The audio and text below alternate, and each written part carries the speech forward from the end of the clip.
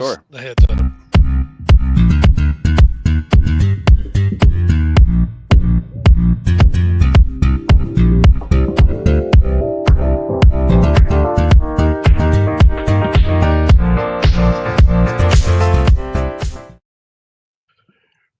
Welcome Welcome. to 158th episode of Altadena Talks. My name is Brian Bacchus. Yours will never be.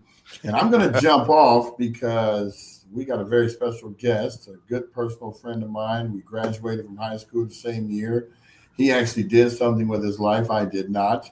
So I'm going to go ahead and jump off and let him talk with Jamal today. So I'll talk to you guys later. Right on. Hopefully he comes back on and asks some questions because I know again with the relationship, I might it'd be come on good and ask for. some questions, but only if they're. All right, that's dope. So before as well, again, today we have a very special guest. As Brian had indicated, he's a local gentleman. I'm going to read directly from his website. I think it's a very nice introduction. His name is Joel Bryant, but here's the intro. Joel was born and raised in West Altadena. He attended local schools, played sports in the neighborhoods, and built strong relationships with many people in the community. In his late 20s, he and his wife, Michelle, also from Altadena, moved down the road to Pasadena where they reside today. Joel began his career in urban planning, community development, and real estate development in the late 1990s. In 2002, Joel completed his first project on Lincoln Avenue in Pasadena, and this began a journey that has led to the production of over 200 housing units over the past 23 years. I'd like to introduce everybody to Joel Bryant. We welcome you on the show, the owner of Bronzeville Incorporated. Welcome, Joel, to the show. Thank you, Jamal, and thank you, Brian. Appreciate you guys, and it's a pleasure to be here. You guys are doing some good work. Thank you, man. I definitely appreciate you saying that. Thanks, Brian, for putting that up. So, Joel actually has he does as the introduction said he does real estate development. He does well. Tell us about all the stuff that you actually do. It's not just residential or commercial, right? Right. It's My journey started in the 1990s. Uh, I was introduced to a field of study called urban planning, and that urban planning field opened me up to how cities function. And one thing that was particularly interesting about urban planning while I was in studies as an undergrad was I had a professor that talked about the role that real estate developers do on cities, what they actually, the impact they have. Hmm. And almost remember the day I said, I want to do that. I want to be a developer. I want to build housing. And so myself and another John Muir alumni who grew up in West Altadena named Dan Akins. I know Dan. He Yep. Dan was also studying urban planning. He was at Cal Poly San Luis Obispo. And Dan and I had always stayed in touch because we played Pop Warner football at Victory Park. We played at John Muir for Jim Brownfield. And then after high school, we lost touch. And then we reconnected. I graduated from here in 1985. And Dan and I reconnected in the 90s. And we talked about our mutual interest in housing and in particular being developers. Meanwhile, you need a job, right? So you graduate college, and I started working as an urban planner for Metro, which is our transportation authority. And then I Gotcha. went and morphed that into a position with the city of Burbank in redevelopment and land use planning. At around that same time, I became aware that USC had a real estate development program. Um, Couple that with a gentleman named Harold James. And Harold James passed away about 15 years ago, but Harold was a mentor to me. He was an older gentleman from St. Louis, but lived in Pasadena as long, since the 1960s. And he was a guy who guided me. And he started introducing me to different concepts and different things. And at a certain point in life, when you're a teenager, you're looking at your surroundings in one way, and then as you start to become conscious and aware of things, you start to look at longer term views, you start Right. to look at the economics, you start to look at who controls what. And so that morphed into real estate development. And then in 2009, as you all who were around then or were in real estate or mortgage loans, the economy collapsed, in particular Mhm. housing. Oh yeah. So my real estate development had to morph into contracting, and that's how the bills were paid. But that love of housing and shelters, what we basically do, that just evolved into a series of opportunities where I started building for others. One thing I did during the recession is I had a bank relationship with Century Housing. They're a bank in Los Angeles. They had several developers who walked away from their projects during the 2010 era. So they Mhm. hired me to step in and finish these projects. And some of them were in some tough neighborhoods like Harbor Gateway, down in South LA. So I had to go in and take a half built project, move the squatters out. And, we did that through diplomacy, not through a Mhm. heavy hand. Mhm. And so that became kind of a fast track to contracting. Fast forward to today, and that's what still doing. Of course, the world changed on January 8th, when Altadena essentially, most of it burned. So Yeah. my whole business model's changed since then. We could talk about that, but that's the journey. Wow. That's a nice journey. Going from, like you said, Altadena to all those experiences related to real estate development and then ultimately building homes and the contracting. I know I kind of jumped ahead and we alluded to the West Altadena when you grew up, but tell us about what Altadena meant to you and Pasadena, because I know that you have lived in Pasadena for a while, but this community, what has it meant to you when you were growing up? And then we'll segue into what happened on the 7th and 8th of January. So as I indicated, I grew up in West Altadena, in the vicinity of Altadena Drive in Lincoln. Just go down past Casitas, right over in that area. West Altadena was home. It was all I knew. My mother and father from Chicago, they moved to this area in the late 50s and they lived in LA. And then in the mid 60s, they came out to this area. And Hmm. in Altadena, there were some challenges. You have a black man and a white mom, white woman, and they're trying to get housing here. And there were a few challenges with up in Altadena, but they eventually landed at a place, like I said, Florida, right off of Altadena Drive, and that's where I grew up. And over the years, we all rode our bikes back then. Didn't we Or though? everywhere. So I'm at Loma Alta Park. I'm at Sam's Bike Shop way down on Fair Oaks and Woodbury. Um, I used to catch the bus. I went to Audubon School. I used to catch the bus on the corner of Lincoln and Altadena when I went to junior high school, which Hmm. we were talking earlier was at Marshall. I knew I was going to go to John Muir because everybody in my neighborhood did. So when I was third or fourth grade, I knew I was going to be a Mustang. And so Mustangs for life. Mustangs for life. I still bleed blue and gold. But the Altadena is still a special place. There's a hole in it right now, but we can Yeah. talk about filling that up later. Altadena was different in the 1980s, as you probably know. There was the drug era, there was the Oh yeah. gang era, Hit so hard. it hit hard in the 80s, and I experienced that. And while I was able to keep myself on a certain path, certain things around you, and being gang affiliated, I think we all are, even if we're not in a gang, because it is around you. Family and friends are involved in it, and you're still their family and their friends, and so Hmm. you evolve and you try to navigate through it. And the 80s were a challenging time, but it was full of great memories, lovely people, and people who cared about me and people who guided me.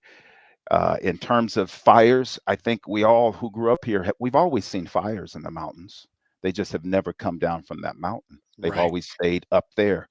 And so that was part of you were close to Loma Alta Park, so you were always up in the trails there. And you always saw coyotes and, deer or rattlesnakes. It's just that's part of being in Altadena, and people No don't doubt. really understand that Hmm. unless you live here. And so, uh, as as you evolve, you start to get exposed to things. As I mentioned, my wife, Michelle, she's from Altadena, lived in the Meadows, and then lived on Olive and on Fair Oaks. It's my And old street is Olive. Olive, yep, she was right at Olive in Loma Alta.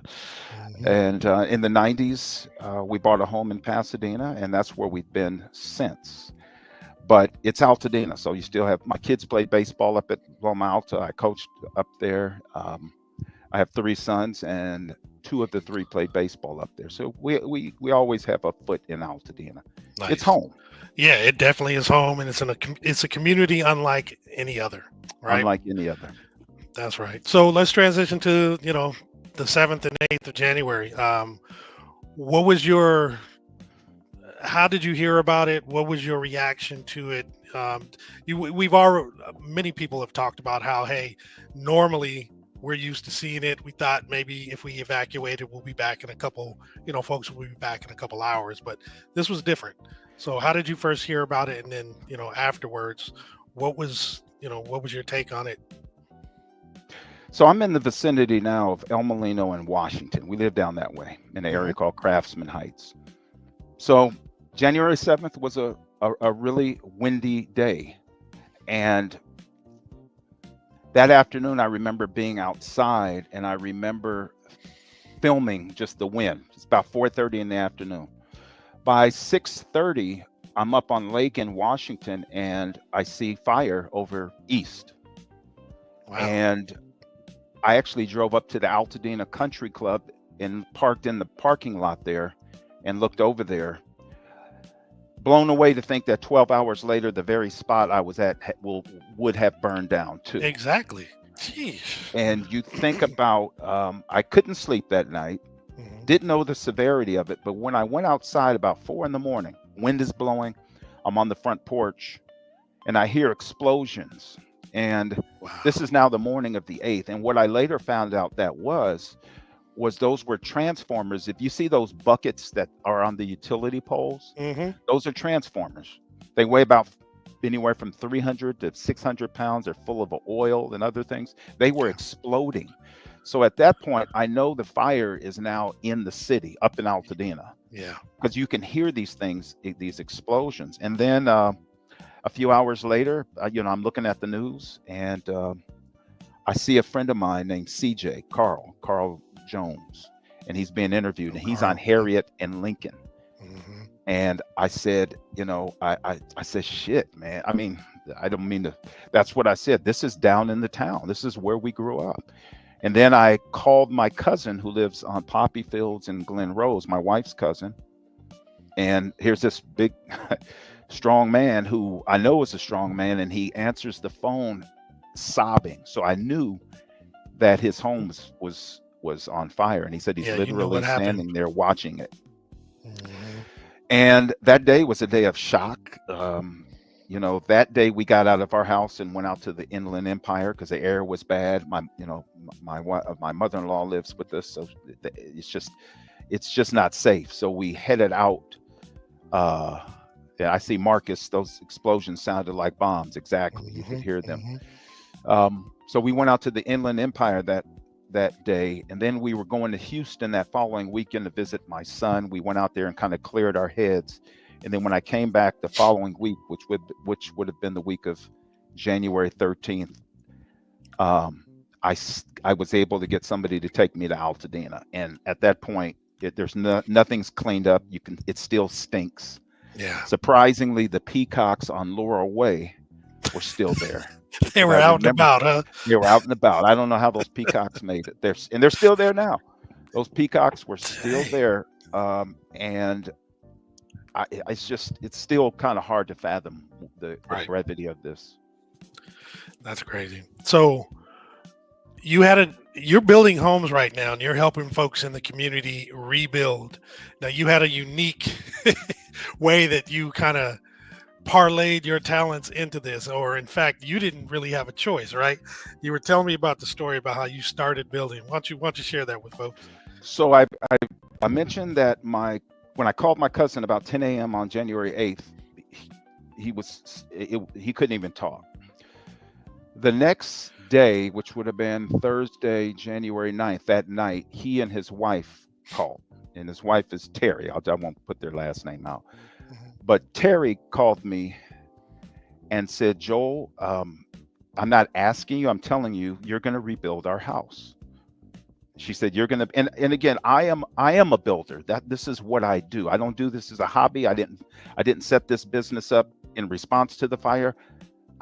I've been doing this. It's just so happens that a lot of what I was doing before the fire was in Pasadena, Altadena, South Pasadena, Inglewood, and Moreno Valley. That was the 5 projects those are the 5 areas I was working on at that time.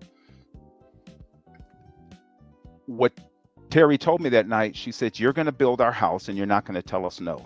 She said, we're going to pay somebody. We have insurance. We're going to pay somebody to build this. Why not it be you?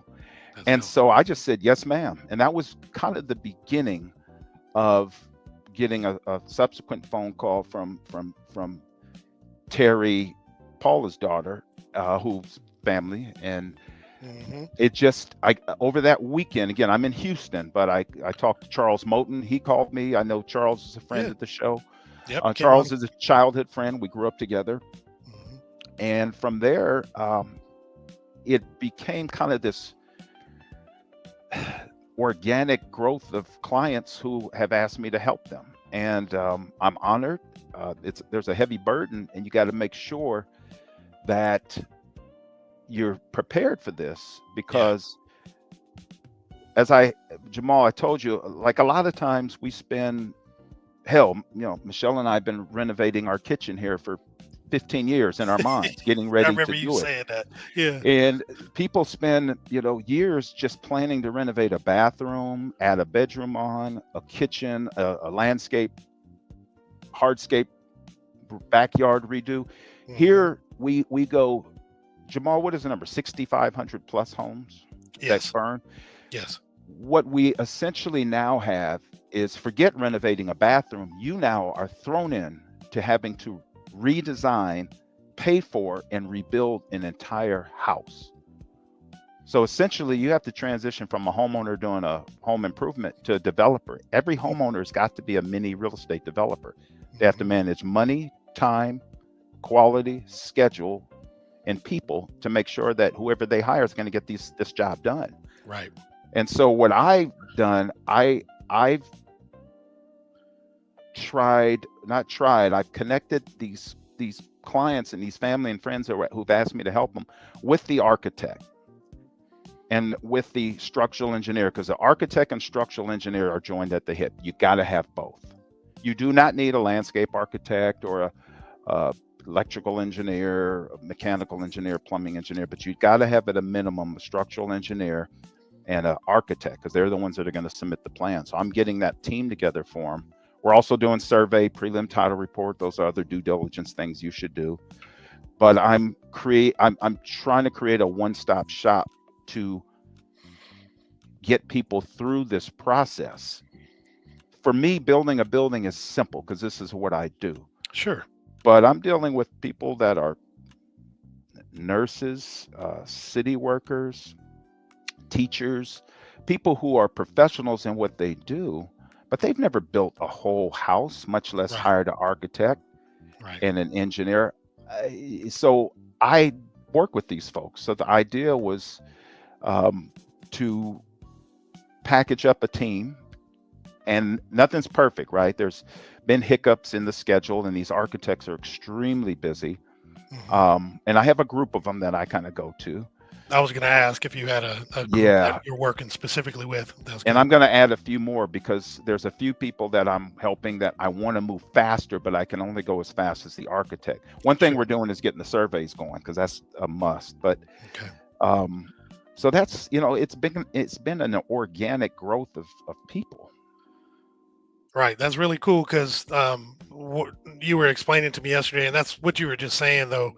Your business model was working on the projects that you had kind of as they came, some commercial, some residential, and what have you. But because of the fires, you have shifted your focus now to close out those existing businesses, correct? Or the existing projects, and focus exclusively on Altadena. And as a result, you're changing your business model. Whereas before, I don't know, maybe you only focused on one, maybe a couple at a project at a time.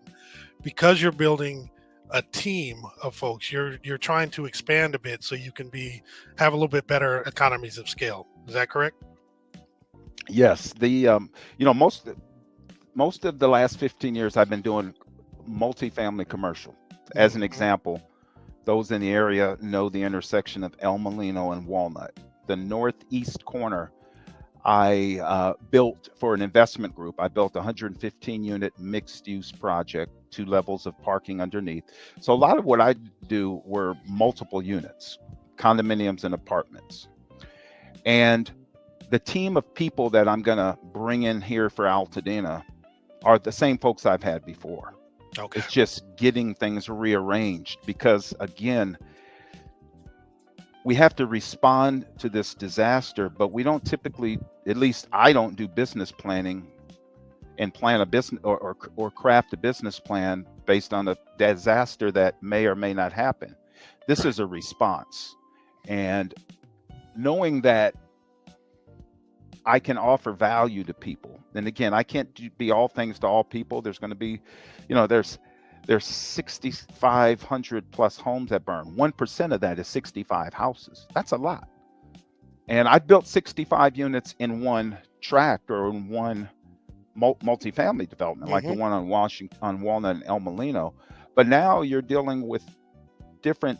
I call it scattered site development. So I have, for example, I have 3 projects that are within walking distance in the vicinity of Poppy Field and Glen Rose. You can walk to the Right now. sites. Yes. And then Okay. over around Poppy Field and Marengo, I have 4 houses that you can walk. Now they're not all starting at the same time. But Jamal, as I mentioned, my presence is a little subdued, and that's intentional. I'm not out casting signs and business cards and flyers about call me, because I have this opportunity to work with people that know what I do, trust what I do, and trust me. And when I say me, I got to speak for Michelle, my wife. She's the rock. She's the interior designer. I was gonna ask about that partnership. She has a big role in helping the architect craft the floor plans that families want and need. Now, in most instances, we are doing like for like. So we're building a home that mimicked what the person had before the fire.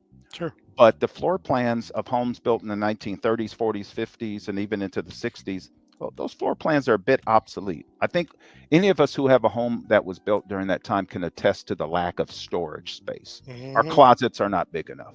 Not at all. And then, so if there's a way to build like for like and incorporate more storage, how many of us had a laundry room in the garage, right? And in the wintertime, you got to go out and, it's freezing outside. But we're going to incorporate to where we can the washer and dryer in the conditioned space of your home.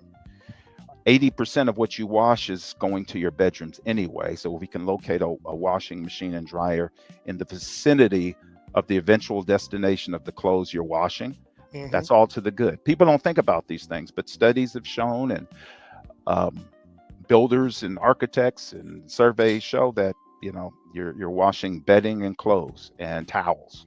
So that's kind of clustered in one area. Sure. So before we get into your process, one of the things we want to actually do, what I want to do is talk about, it's a catchphrase. It's something that we bring up every time we bring a builder on, and it's something that everybody is kind of aware of, and it's the cost per square foot to build a home. You and I've had a conversation about that, and you kind of approach it potentially differently. And what I mean by that is you can provide a square footage number. However, there's an explanation behind that. And in some cases, as we know, just in this business, I understand from a lending aspect, but cost per square foot is not the same for every builder. It's not truly a apples to apples comparison, right? So in some instances, it could mean certain costs are left out when they're telling a client what the value is, and in some instances, everything is all inclusive. Can you explain to me what your average kind of cost per square foot may be, and then what does that encompass, So this or how is you approach it? this is a big topic of conversation, and it's perhaps because we're talking money now, Sure. and this to build buildings costs money and it's expensive. All costs per square foot are not created equal, Jamal, meaning that what one person may be describing as cost per square foot is not inclusive or is inclusive of line items that the next guy or the next lady is or is not including. Sure. What I am seeing, and I know Michelle's going to jump on my head because she always says be cautious when talking about this. But as I'm actually running numbers now, putting budgets together, I am seeing cost per square foot that range from the high $400, and I'll get into what is included in this. Sure. About $460 a square foot, up into the low 600s per square foot. That number that I give people is inclusive of everything. It's inclusive of an allowance for the architect, the engineers, the survey, the preliminary title report, and all those indirect costs or soft costs that are necessary to build the project. It also includes an allowance for permits and fees, but as you all know, the county now has deferred those, and they're going to eventually convert the deferment to a waiver. So we can zero that out essentially. It also includes building a home and delivering it to the owner, giving them the keys where they can move in the very next day. I have heard of builders quoting numbers that do not include appliances. They do not include flooring. They do not include utility hookups. They do not include landscaping and irrigation. I am providing all of those numbers in the proposal because what I don't want to do is be 3 or 4 months away from a project and say, okay, we're going to get ready to grade things out and put in irrigation and landscape. By the way, I did not include that in the budget. That would not be a nice conversation to have with the people I'm building for. Certainly not. So I am giving them the universe, including my contractor fee, the general conditions. I am including money in there for security cameras. If a person chooses not to put the security camera on their temp utility pole, that's money they save. Okay.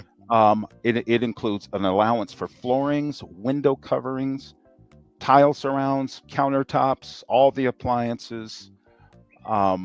It's inclusive. And one thing about cost per square foot, the larger the home, the lower the cost per square foot. Yep. If you're building a 1,200 square foot home, the cost per square foot could very well be upwards of $600 a square foot. If I'm building 2,200, it could be down in the 400s. How is that possible? Here's why. There's economies of scale, and there's different things that need to be taken into consideration. For example, whether I'm building 1,200 square feet or 2,200, I still have to provide an appliance package that includes a dishwasher, a refrigerator, an oven range, and a microwave. Now, people with larger, more custom homes could do a wine, they could go Sub-Zero and Wolf and really bump it up. My point being, though, both of those homes need appliance packages.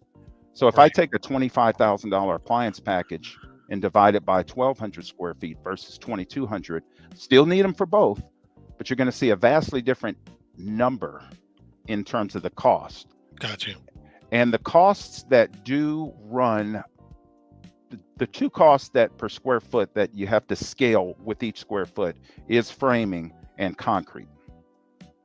But because concrete, if it's a single story, the footprint's going to spread out. If it's 2 stories, you're going to have a fairly narrow footprint because you're stacking square footage, one floor, second on top floor. of one another.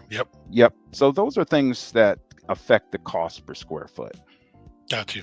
So considering the way you explained it, your cost per square foot, do you encourage, because we know that even when people consult, right, you have a consultation and you meet with folks and they ask what you can do, you share with them what you can do, not everybody's going to go with you. So do you take an educational kind of approach to when you meet with people. And what I mean by that is, because a lot of the builders that we have had come on kind of take this approach. They share their information and what they can do, but that what they don't do is encourage people immediately to go with them. They encourage them to meet with 1 to 2, maybe even 3 other builders to do a true comparison, so you can to make an educated decision. But with that in mind, hopefully, first and foremost, you have that approach. But in addition to that, do you encourage them to, for example, the cost per square foot? Hey, look, if you're doing cost per square foot, let's make sure you're doing apples to apples. I explain mine incorporates everything, right? If someone's coming at any level different, whether it be lower or higher, do you encourage them to really do a true comparison? And if so, will you offer that comparison? Because I know some builders will do that and kind of say, hey, look, these aren't exactly apples to apples. This group maybe excluded something, or we excluded something. Let me adjust it to make it true apples to apples. Is that the approach you take? Absolutely. You have to. I encourage people to talk to several contractors. Good. Because they have to satisfy themselves that what they're getting is worth what they're paying for, that they're getting value and getting the best builder that they can get. I have heard of cost per square foot in the 300s per square foot. I just don't know how builders are achieving that. If they are, and they're including everything that I'm including, then I'll shake their hand and tell them they're better than I. Got you. I have also, on the flip side, have heard of people being quoted $800, $900, $1,000 a square foot for rebuilding of their home. That to me is excessive. Unless you're building a steel frame, I-beam frame, with an elevator and storefront glass and, Wolf and Sub-Zero appliances and Hans Grohe fall. I mean, I don't even know how we would price a house up that high. It's just knowing the housing stock and what we had and what we're rebuilding. We're going to build back better, but I don't see a need for a cost to be that high, like $700, $800, $900, $1,000. Now, there's some macroeconomic conditions that I have to say could affect everything we're doing, that deal with tariffs, that deal with labor. Yeah. Those things, we cannot ignore them. But when you first engage someone or they engage you, they're going to ask you cost per square foot. And then what I do is I get what square footage they had, look at aerials, because I have pictures of what the home looked like before, and I do a cost estimate. And I tell them this is a preliminary cost estimate. I cannot bid your build back until I have a set of plans that I can give to my concrete guy, my framer, my HVAC, roofer, plumber, all of those trades. And there's 6 trades that make up the majority of a project's cost: framing, plumbing, electrical, drywall, and HVAC. Those are going to be your larger dollar line items. Sure. So I do estimates, and then after I get a set of plans, I can rebid it with actual bids from these trades. Because as a general contractor, I don't self-perform on any trade other than supervision, cleanup, things that we do on the job site. But at that point, you want to make sure that you've estimated high enough so that the client, in this case, family and friends I'm building for, have negotiated or have received enough funding from their insurance companies. So to answer your question, I know I'm long-winded on this, but absolutely, I encourage them to talk to as many builders as possible. But at the same time, you can talk to too many people and overwhelm yourself, and you don't know where to go. And that's the challenging part. I am just now, what's today, August 22nd. The fire happened 7 months ago, 8 months ago? 7. 7. So I'm getting people calling me as recent as last week that are now ready to rebuild. My first reaction is, what have you been doing? But I know what they've been doing. They have been dealing with the trauma of this tragedy, and they've been talking to so many people, they don't know where to go. My job is to comfort them and get them focused. And like I tell people, I talk to a ton of people that I know I'm not going to build for. They just ask me for some Hmm. advice, and Hmm. it's my community. I mean, if you do somebody wrong in Altadena or Pasadena, you'll see them over at Super King or at Food for Less or at Stater Brothers. You can't you can't. It's Pasadena, Altadena. You're going to Yeah, you see. can't get away from it. You If you can't get don't run away into from it. them, you're gonna run into one of their family members or their Yeah, friends. They're gonna try to check you we're all 1 degree away from each other, for Jamal. You sure, know that. for sure. And that's one of the big things that we have about the people that we bring on, right? We want to make sure, especially people who are not of the community, don't take advantage of the community. So everything that you're saying, I mean, it's great to hear. You're encouraging people to, check with others. You're explaining the details of what you offer and what that means, in particular with price per square foot. I think another factor that really needs to be, mentioned is that comfort level. No matter who you're dealing with, people need to feel comfortable and trustworthy of the person that they, or trusting of the person that they decide to have build their home. Because if they're not comfortable and they think, something, might, just doesn't feel right, it's just not going to be a good mix. So to have that comfort level, in addition to pricing in a reasonable area, I think that's a really really good combination. So yeah, and I think your first initial projects were strictly based off of that trust, right? When you Yes. got tapped by Terry to basically said, "Hey, you're rebuilding our house. I'm not asking you. I'm telling you." Um, she knew you weren't going to gouge her, right? She knew you were going to do the right thing for them. And then when Marcus's, my cousin Terry North, he called to have Hmm. on Paula's home done. It's the same vantage point. Um, so I think that's really cool. Um, what is the process that people would go through if they wanted to go with you? Now, the reason I ask that is we've had a couple builders who, they have the communication with the person, they have the initial, hey, what are you trying to do, what is the idea of what it is that you're trying to do.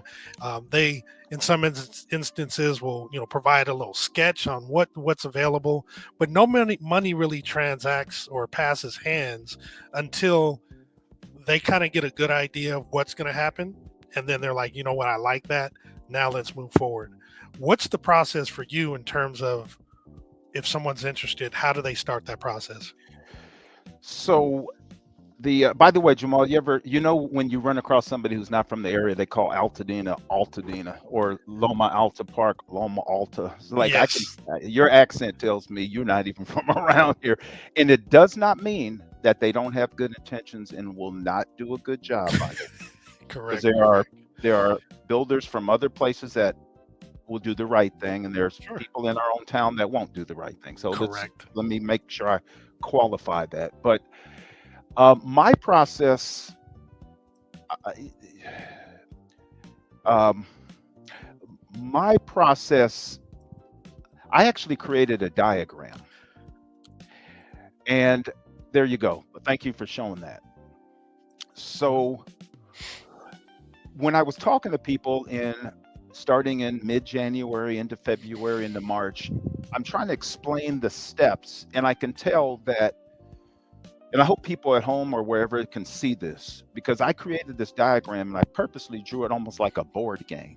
And Hmm. Michelle helped me kind of wordsmith this, and we created a colorful chart that shows from step 1 to step 12. Step 1 is the most important step. And I created this again because I'm talking to people, walking them through it, but I said there's nothing better than showing them. So when I'm not around, perhaps they can pull this out and say, where are we again? Or what are we doing? Step 1 is most important, is to breathe, clear your mind, and make the decision that you are going to rebuild. Yeah. Because I think that deciding in your mind that you're going to do something is, in anything, when you commit to it, when you speak it into existence, you've got to do that. And again, that will only happen if you have the right team of people, right? But Right. first you decide you're going to do it, and then you have to negotiate with your insurance. You kind of want me to walk through this chart, if you will? Yeah. It's Yeah. whatever you like. Yeah. So this can be an iterative process. For example, when you get to step 7, you might need to circle back to step 2. But in terms of this linear process, because it is a linear process, building a house is simple, but it's not easy. Yep. And simple and easy are not synonymous. We need to They make are sure not. we distinguish these things. Mhm. Building a 115 unit project, $50 million project on Walnut and El Molino is simple, but you don't plan to build through a pandemic and excessive rains and other things. It's a simple sequential process. There's a critical path when you build buildings. And the critical path means I can't frame until the foundation's done. Right. And because everything's on a critical path, there's some things that you can do simultaneous. You can Mhm. do rough electrical and rough plumbing generally at the same time. At the But same time. Mhm. once you go back to this step 2, you have to make sure that you, and I'm still learning this, Jamal, because building fire rebuilds is new for Joel. This is not something I was doing before the fire. Right. I actually have one fire rebuild that I was doing in Altadena that actually prepared me pretty well for this. But other than that, I'm finding out that everyone's insurance experience is different. Who is it ever? It's like, okay, all 3 of these people have policies with State Farm, but one has an excellent experience. The other is ready to slam their computer on the wall because they can't, get through to their person. Right. Now, And apparently, as a builder, there's certain amounts of money that you can. I don't know how it is. We've had a couple builders on that kind of understands, but there's a relationship in terms of the amount of money that's available from insurance companies that if you were aware of it, you can get pretty much the amount that the builder or that the individual needs to build, despite what their insurance claim says. And that may be something you learn later. We just know that it's possible, and I'm just throwing that out there for that step because I know we've heard about it. yeah, I have a few clients who have that rider in their policy where if that policy is for 800,000 and it's going to be 950,000, they have to pay for that delta, that difference. Got you. Is that what you're referring to? I believe so. And But don't quote me on that part. but the tricky But part I so- learned is if you had 1,500 square feet and you have that policy and you want to build 1,700, they might frown upon that extra 200 square feet and say, "Oh no, you're not building what you had," so therefore they want to battle with you. Yeah, But there's complexities. and so the other thing I've had to do with my budgets is with insurance, they have these different buckets. There's dwelling, and then there is debris removal, and then there is code upgrade, and then shrubs and bushes. And so I've had to kind of modify my budget, not change the numbers because the costs are what they are, but I've had to change the format to make it so that it needs to read well to the insurance folks. So after Got you. insurance, we've got to clear the land, and most people opted into the Army Corps. Yep. And for the most part, Army Corps did what they said they were going to do, but I'm clearing other parcels of land that I'm going to be building on, and I'm finding chunks of concrete in the dirt that should have been taken out. Got you. But again, I'm at this point not going to beat that process up. It's pretty much complete. And step 4 is you have to get a survey, Jamal, in the audience. That survey is a snapshot of the existing condition of your property. Okay. It shows what we find in Altadena. A lot of people have fences and walls that are not on the property line. The 2 prior owners in 1957, through a handshake and a hug and a beer, agreed, "Oh yeah, we're going to build a new wall." Hey, John, is this location okay for the wall? Yeah, that's fine. Well, John built it 3 feet onto the other guy's property. Right. And so now that we're hitting the reset button with building back whole neighborhoods, it makes sense to do a survey, and you have to get a preliminary title report with the survey and have the easements that show up in the prelim title report plotted so that when you build the house, your architect can see if there's easements there, because you cannot build a structure on top of an easement. So that's important to get that. And again, I put Jamal, you can see there's a $4,000 rough estimate for that step. Yes, I do see that. Yep. And then the Yep. prelim title report that gives you the lot history. And again, you really want to understand what's there. A lot of people have easements that they didn't even know existed. Right. And Now, the next step is actually a question that Marcus had. He was asking about soil testing. And I believe that's you're about to get on to step 6. mm-hmm. So for Marcus and others, the soil health is of everyone's, the health of the soil concerns everyone. Yeah. And I have a company that I've kind of put on standby that we can pay to test soil. It costs about $4,000. And that was back in April when I last priced it. But that they'll test for all, arsenic, lead, asbestos, mercury, etc., and give you the results back. Now, what happens if it comes back positive? That's kind of another situation. Yeah, that's what I've always wondered. I'll get to that. But the county is providing a free service where you can scoop your own soil, take it down. I suggest that everybody do that. Certainly. And the results of what I've been involved with so far have been non-detect. The results haven't come back to where it shows red alert. One thing that I learned about the science of fires, when the building burns, the ash footprint pretty much stays within the realm of the structure that burnt. And a lot of it doesn't seep down into the dirt too far over the period of time since the fire. However, we had 3 pretty heavy rainstorms after the fire, as you recall. So what happens in this, when rain comes, runoff goes horizontally or it percolates down.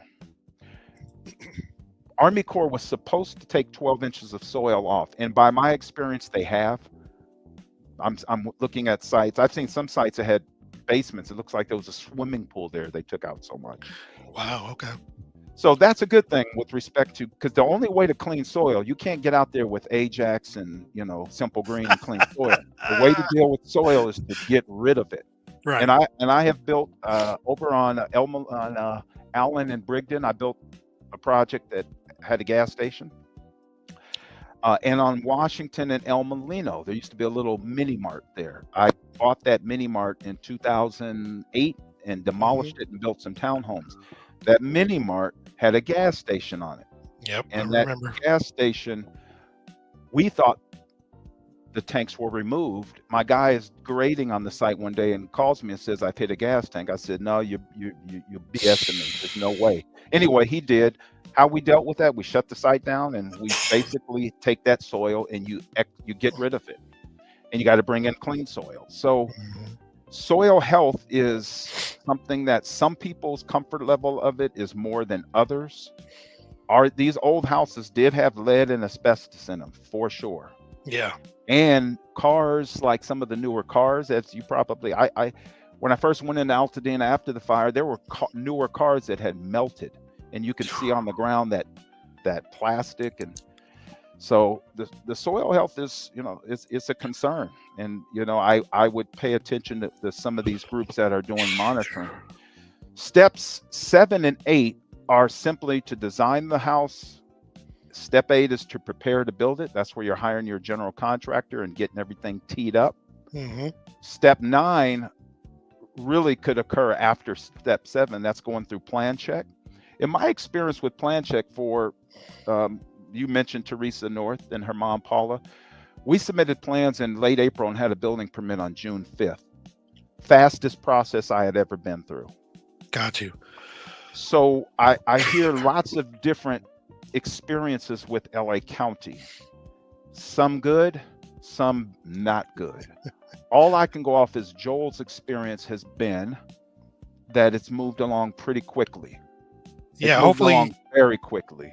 Hopefully for Eaton and Palisades, it will go quickly because they have focused on making sure, or at least they vocally said that they're trying to expedite it and make it much quicker than it had been in the past, right, before the fire. So hopefully that does continue and your experience is the same. And we do know that making it like for like is significantly going to help it go faster, as well as pre-approved plans, as well as using that ArchiStar the AI thing to help with the Mhm. plans as well. There was a slide I put up in my announcements that kind of showed a way to expedite that entire process.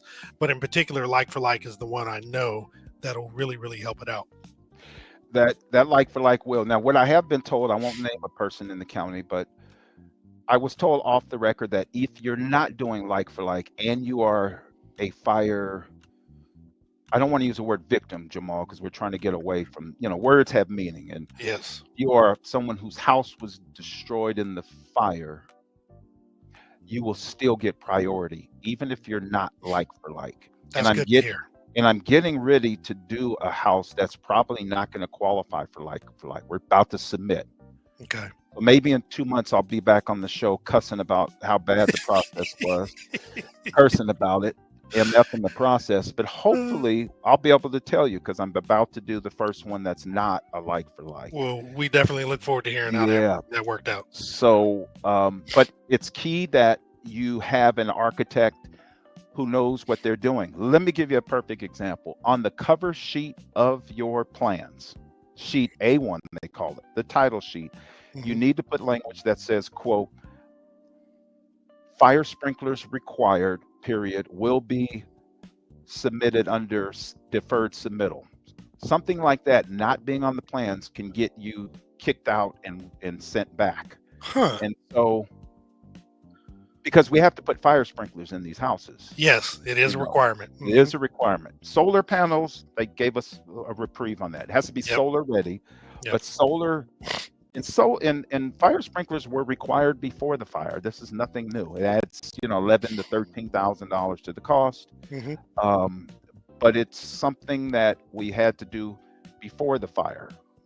By the way, fire sprinklers won't help you in the event of a fire or wildfire because fire sprinklers are for things inside your kitchen. Inside. Yeah. Yeah, there's a lot of talk on sprinklers on the outside, but Right. and then steps 11, be present. That just means be active. Step 12 is to finish it up and move on in. I know I simplified this, but this is the process. Having the visual, I think, is very helpful for folks, especially the ones that are in the similar situation of the people that you've recently talked to that are 7.5 months into or after the fires, and they are just now beginning, to kind of move forward. To have a visual does help out, and I can't imagine that it being not helpful. So I like this, and hopefully, folks that see this can see benefit of it. So what I'm curious about, given this whole process, you get an idea of what some of the costs are. At what point do people cut a check to you, and how much is I'll call it a deposit? Well, let's start with that second part first. Jamal, as a California licensed contractor, I cannot collect more than $1,000 or 10% of the total project cost before. I can't require that. Okay. I can ask for whatever, but I don't. And so typically, I've been doing a lot of work, and Michelle probably has been doing more work than me in terms of pre-construction layout planning, meeting with the client, trying to figure out the best way to orient the primary bedroom and the closet, because everyone wants a walk-in closet. Everyone wants an ensuite with the separate tub and shower, dual sinks, etc. Mm-hmm. And then we're getting the spec levels ready, because there's 3 levels of specifications for all finishes. That's good, better, best. We don't do bad, medium, good. We start at good and go better and best. Okay. So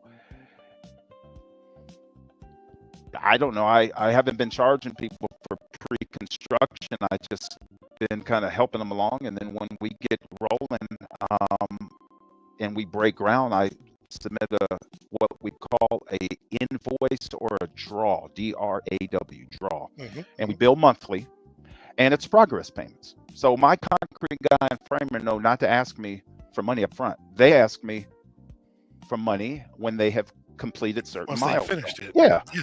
Because a lot of contractors want a deposit. The only thing perhaps you'll need to put a deposit on are the appliances.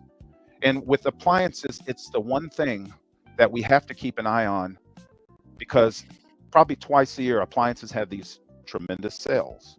Mm-hmm. When I'm building apartments like 115 units, I deal directly with Whirlpool. or GE or what have you. But for single family homes, usually I have vendors that I use, and they have various deals and discounts that may require or not require, but I tell the homeowner, be ready to strike when that opportunity comes. We might need to buy those appliances. That's Right. probably the only time where I ask for money up front. As you know, Okay. architects, engineers pay as you go. They want retainers. But my billing is just a monthly draw where I bill my fee, the general conditions, and then whoever has done work that month. And I have to give the homeowner conditional waivers and releases and unconditionals, which show that when I paid the drywall guy, he paid the supplier that where he got the drywall. Sure. There's a lot involved in that. Well, that's good to hear, though. That's really, really good to hear. And we only have, I know you gave me an hour, so we got a little under I'm 5 minutes to I'm go. good. You're good? Yeah, I'm So, good if you're good. Whenever you need to yeah. go, you let me know. Oh, we have flexibility. This is our show. We can do whatever the Okay. heck we want, pretty much. I, again, appreciate your time, but I want to take a kind of a step away and give a shout out, first and foremost, to your wife, Michelle Bryant. She obviously is an integral part of your organization, your business, and appreciate everything that she does. You'll give her props. I want to give a shout out to Amrit Joseph, who big up to you over and over, reminding me of all the good stuff that you had been doing, sharing the concept of it of you sharing your vision about Altadena and what you do.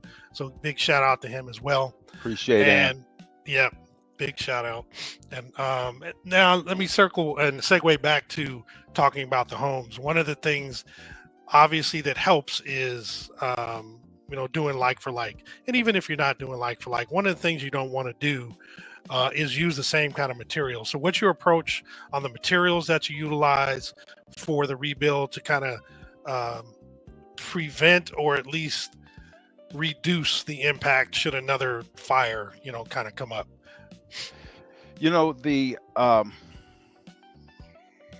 I'm pulling up something here that I often refer to.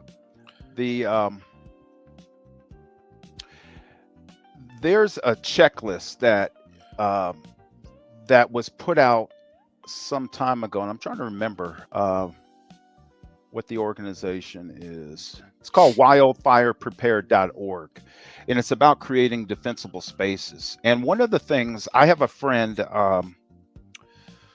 I won't name him because I don't want to put his name out there, but he went to Mirror. He's a fire captain for LA County. And he told me right after the fire, 2 days after the fire, that they determined that most of the fires started in the attics. Attics, yeah, we've heard that. And how did it get in the attics? It's because we had these big dormer vents where the embers just went right through.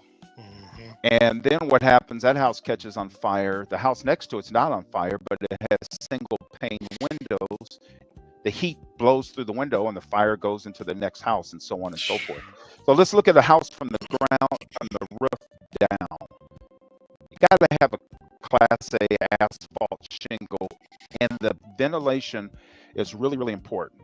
O'Hagan and Brandgard have these, because you got to ventilate your attic. It needs air profile. And so we are utilizing them, and we're utilizing them actually before, but we're more conscious and intentional with them. So we want to minimize embers getting in the roof. Under the eave, a lot of the older homes had tongue and groove wood, and you could see the roof rafters coming down. We're sealing up those with stucco now. We're wrapping it. Good. Architecturally, if it's done right, it looks great. The other thing is windows. So north of Loma Alta has, I'm surprised they didn't change the map, but the very high fire zone, I believe, Jamal, you might know, you and Brian might know better than me, and Tony I know knows as well. That line comes down to Altadena. I thought it would come to Altadena Drive, but it stopped at Loma Alta, I believe. Everything on the north side of Loma Alta is a very high fire zone, and in a very high fire zone, you have to put in tempered glass windows. Right. Well, it doesn't cost that much more to put in tempered glass, and the opaqueness of the the viewability of the glass doesn't change. So I'm putting those in everywhere. Good. We're doing a house. I think the one I have furthest south is Mariposa right now. I'm gonna do them down there. So that's the second thing, is the windows. Third thing is the defensible space. They don't want land. This is what's going to be hard for people. They want you to keep landscaping 5 feet away from your house. Yep.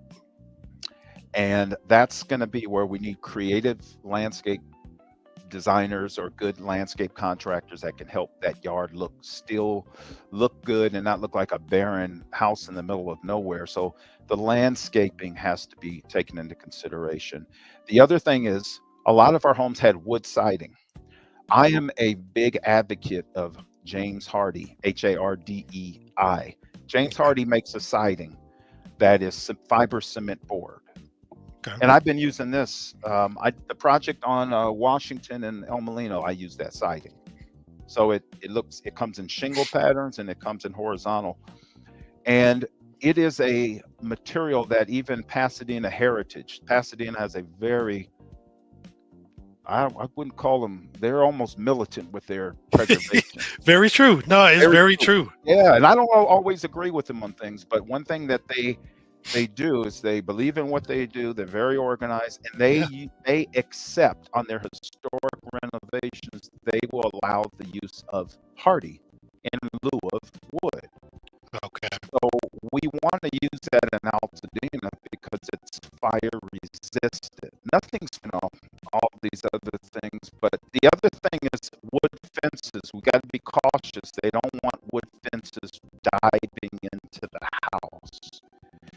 There are other alternatives. I don't like vinyl, not a fan of vinyl, but there's some metal fences out there that have evolved. I was at the Builders Show in the PCBC, Pacific Coast Builders Conference. Michelle and I went down there in June, and they have some really nice, and the whole show was pivoted to fire rebuilds. Oh, I'm sure it was. They have really cool, gorgeous metal fences now that just have earth tones, that are durable, fire resistant.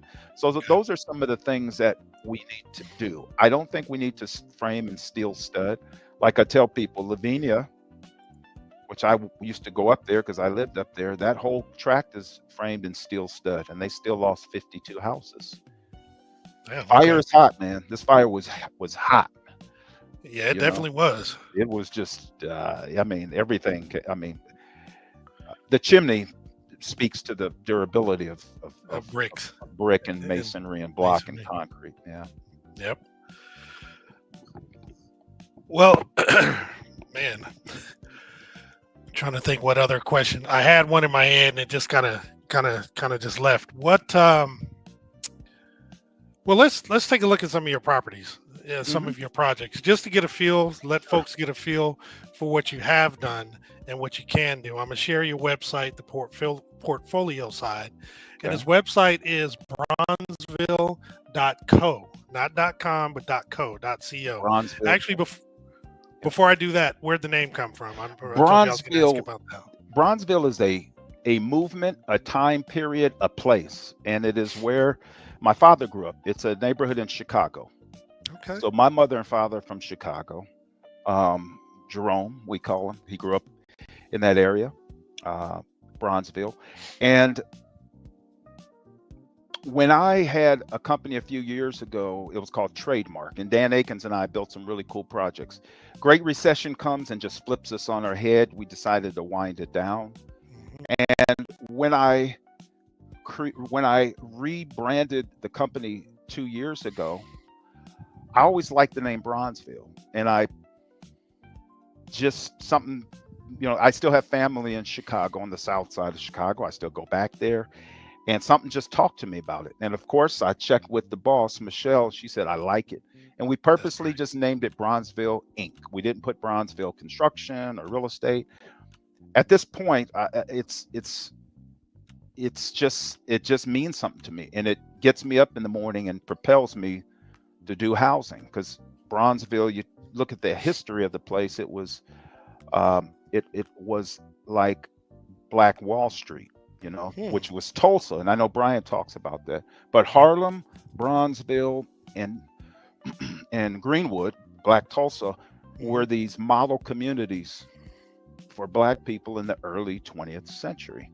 And Bronzeville today is going through a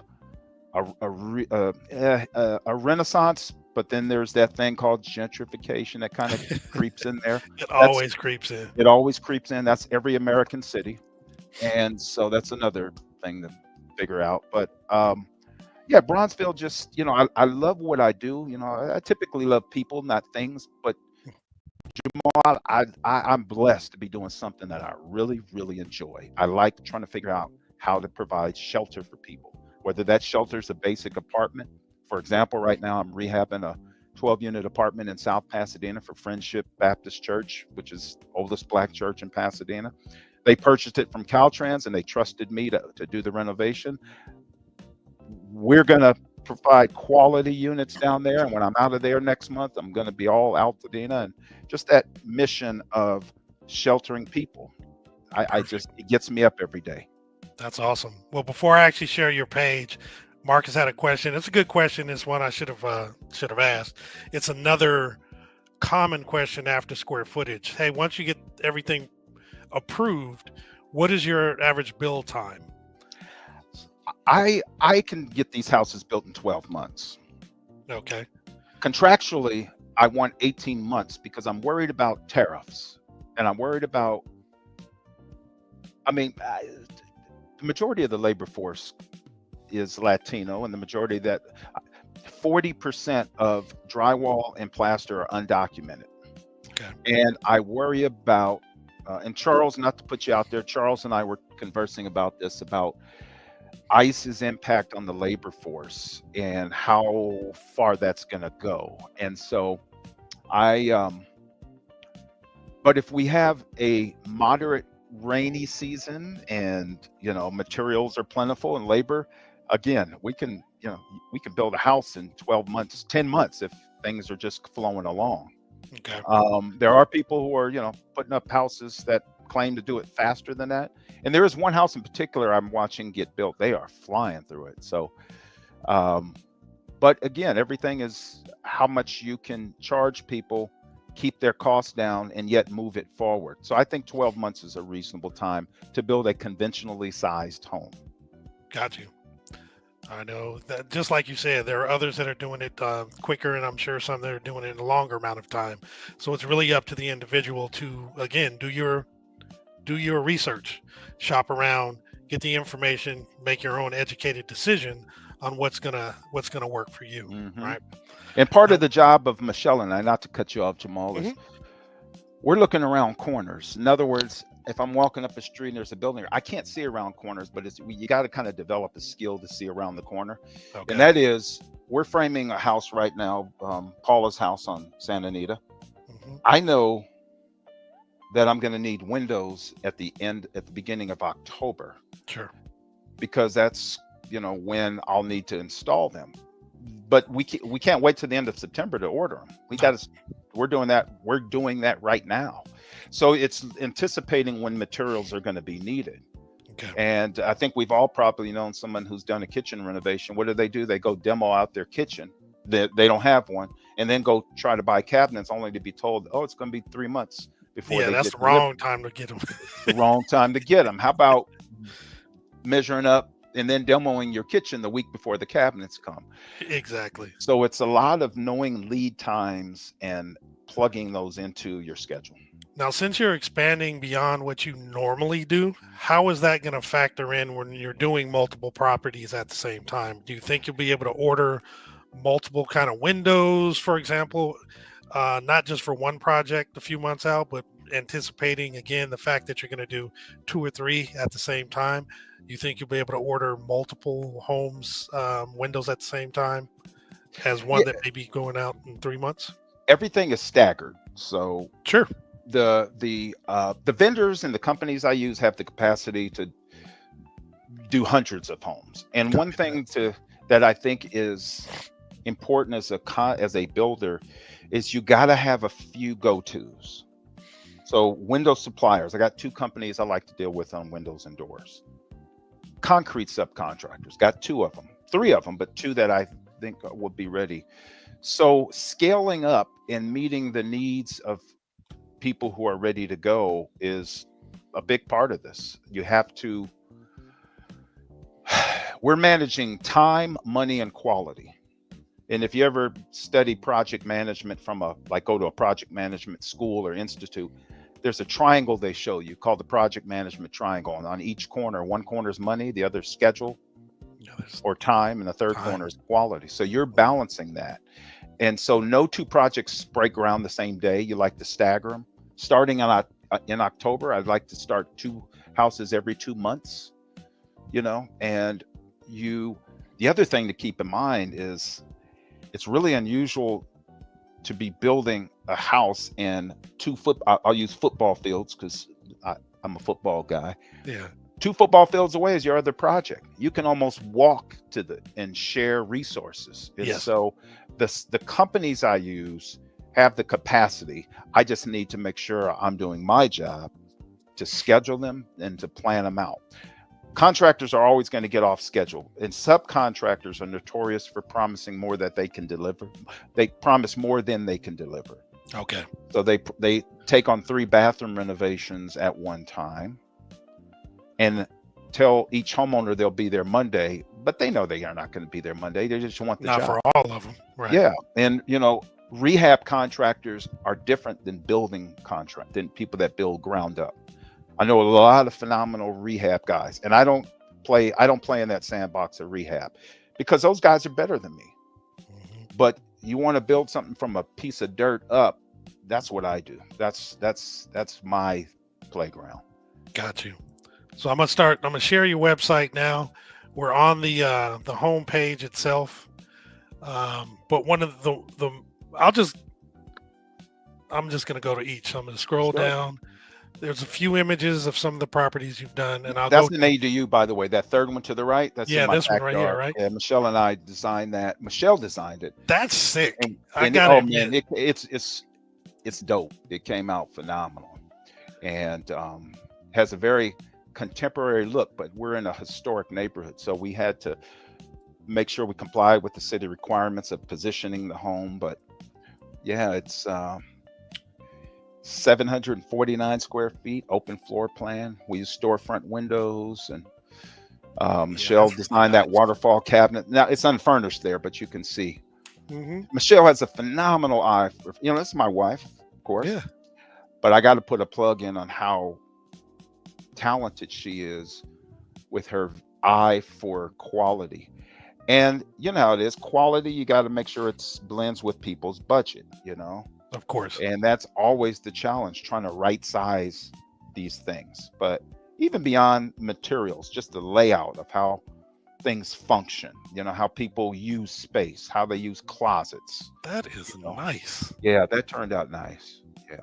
So I'm gonna go to your actual portfolio section. Obviously, the ADU is there, but this shows not just the individual or single family. On that picture right there, up one. Show this. This was I never done anything like this. Scroll down. Let's see. Oh, you want me to go here? Let me. I want you to go to the tennis court, right there. What? So this guy that I built this house for, this is in Roland Heights. His 2 little kids play tennis, and he wanted an indoor tennis court for him. So I built essentially a gym made out of concrete block and poured in place concrete. And it's a tennis court. Up top, you can see a catwalk. Up there, yep, it's a running track around the top. Oh, wow. And we built a tennis court, 28-foot ceilings for his kids. Jeez. And that is next to the house. I have never built anything like this, but we did it, and it was fun. And I had to go down to Orange County and hire this company. That company there does tennis courts for high-end, like Indian Wells, and we had to price this thing out and get the right color scheme, and so that was an interesting project. Probably one of the more, there you go, you can see look at that, probably one of the more unique projects that I've done. And on the outside it looks like a house. So anyway, that was a fun project. Yeah, not to derail you from what you were. No, it's fine. I just wanted to show these are things you were doing before the fires. Oh yeah. And the fact that you were doing individual homes in addition to multifamily. Mm-hmm. I mean, just you have. That's in Arcadia on Santa Cruz. Built this for that same investor group that I did the Rolling Heights house for. Yeah, I think I may have driven past this a few Mhm. times, given that And my kids' friends live in the neighborhood. yep. So all the interiors, Michelle, we went and got that fountain. Peacocks were all over the place, just like in Altadena. They used to Dude, I get jump them in from my yard all the time, man. yep, outdoor fight. Michelle picked all the finishes in here. It turned out really nice. And they ended up selling it to somebody. Okay. Yep. And this is what they wanted. So yeah, I mean, it's been a cool journey. And there's a few projects I didn't put in. I couldn't put everything, but it's been and then for Altadena, you can see that was the day of the groundbreaking there. Mm-hmm. Yep, there's Paula and Terry, Myra. Yep, and their friends. That's Marcus's mom right here. Yeah. That's Mrs. Betts. Yep. I don't Yep. see Vonnie there. No, Martell. Vernon, Todd, Marcus's Martell. brother. Yep, Todd's right there. Yep. So that was last month, and there we are. That was the other day. Yep. So we're framing. You can see Walt Butler's house to the north. Walt did a prefab house, and he dropped it there a week ago, and they're working on that. Got you. So yeah, but there we go. We'll be putting that was the slab before we started framing. Right. But yeah. Well, sheesh, we've had you for 1 hour and 16 minutes. I think that you provided some great information. I do want to ask you, is there anything you want to leave the audience with in terms of advice, your outlook on the situation, on the rebuild, just anything at all, or a message to Altadena itself? Altadena's. Let's talk about Altadena from a macro scale. Altadena, as we know, in one night was changed forever, and Altadena won't be the same. Let's accept that reality. But perhaps it can be better in some ways. We're dealing with building housing, but we have to rebuild the commercial corridors of Fair Oaks and Lake. And I think we need that business district built back, and I think it needs to be built back at the scale it was. I don't want to see big, giant commercial buildings there. Right. People have to have some grace and cut themselves some slack. It's a very stressful process. I personally, it's me talking, so I'll say this: I worry about all people, but I worry about us losing Black population in Altadena because it meant so much to my parents. Certainly. And we brought that up a few times. Yeah. We were already, think about that journey I told you about. The 80s we were dealing with drugs and gangs. 90s things, we were in this transitional flux. Come 2000s, we start to deal with this discovery of Altadena and this investment, which we call gentrification, which drives the prices up. And then we have the fire. So we've dealt with these different periods of time. In Altadena, I just hope we can build it back. It's going to be just like they say, you eat an elephant. I don't eat elephants, but using the corny cliche, how do you eat an elephant? One bite at a time. One bite at a time. Yeah. Well, we've got to build back Altadena one house at a time. And it's going to be organic from the ground up. And all I would say for people who lost their homes, what I've learned in my journey is sometimes your gut and your brain disagree, where something feels right, but you're troubled but you can't figure it out in your head, or something. Let's reverse it. Sometimes you figured out the details in your head, but it does not feel right. I have learned to go with your feeling over your brain, and your heart disagree. Always go with your heart. And my point being, if a contractor or an architect feels like the right person for you, even if you haven't worked out the details, but they feel like they're the person you want, don't walk away from them because their terms or their cost was too high. Talk through it. Maybe it'll work out, maybe it won't, but you have to trust. You have to go with your gut. And a lot of the people rebuilding in Altadena, this is an older generation of people. I think I've told you, I've walked proper. I've met a 93-year-old man and a 90-year-old lady. Both wanting to rebuild and That is amazing. and resilient about it. Hmm. But the average age of the person rebuilding is not somebody in their 20s and 30s. They're maybe at the youngest 40s, but they're 50, 60, 70, 80, 90 years old. So they have much more life experience than me. And I think they understand that notion of what feels right is what you should do. The big thing, if I may also, Michelle and I've been talking to a lady about, she wants to build, but she doesn't. She wants to build, but she doesn't. And I don't want to tell anybody to sell because we don't want to lose people. But the reality, there's a realtor friend of mine, Mark Ellis, and Mark puts out a kind of a scorecard of all the properties that have sold, average price, etc. Yeah. But Mark told me early on, a week after the fire, 2 weeks he was doing research, it shows that 1/3 of everyone that lost their home will sell their home. So that's 33%. Wow, that's pretty high. I had read like a 20% number, but either way, there is that set amount of people. There is that set amount. And this one particular person, she keeps talking. She has 2 houses, by the way, in Altadena, in not too far from Altadena Drive and Lake. But I just told her, I said, sell the one and build the other, rather than burdening, because it just feels like she wants to sell it. So I'll go back to that feeling thing.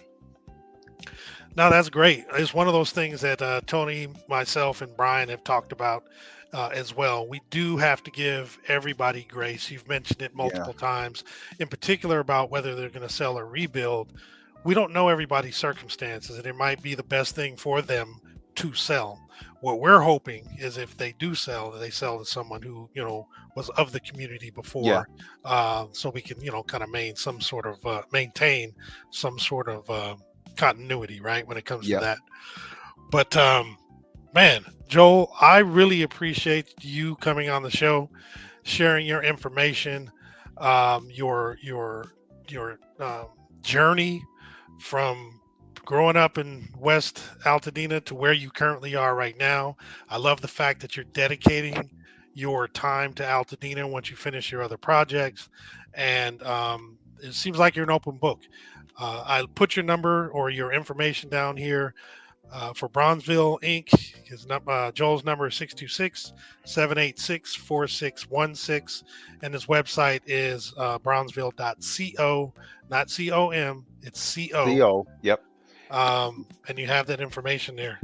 Jamal, can I say one more thing? Of course. Back at you. I want to just commend Tony, you, Brian, for putting this voice together. And like James Farr is another friend who I've been talking to. He's also giving people a voice. He's doing this thing on Saturday on 1580. You all are here every day, and I just think it's a comfort zone. It's a place people can go and keep doing what you're doing.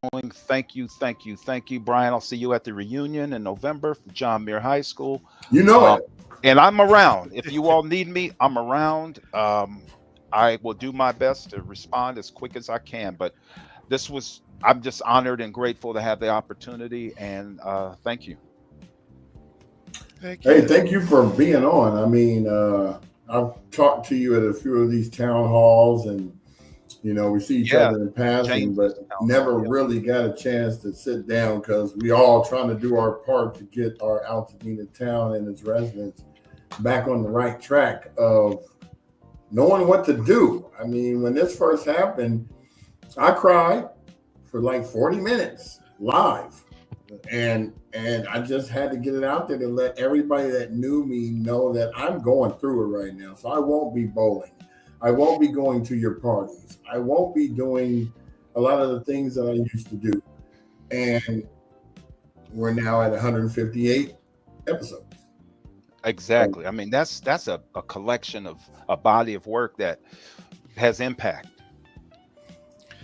My goal is really for other disaster areas to use us as a prototype, to have somebody in their town going through a problem, to have trusted individuals that are going to do their due diligence and actually help the community instead of looking for the money grab or looking for this, or partnering with lawyers who are just here to just get you to do stuff to get them clients. We shunned lawyers the first 6 months. We would not allow them to come on. We started letting real estate agents come on last month. Okay. We didn't want, we all come from the same town, so we already know we don't trust nobody coming from outside. Right. As soon as you start saying something, what's the first thing that happens when you go somewhere?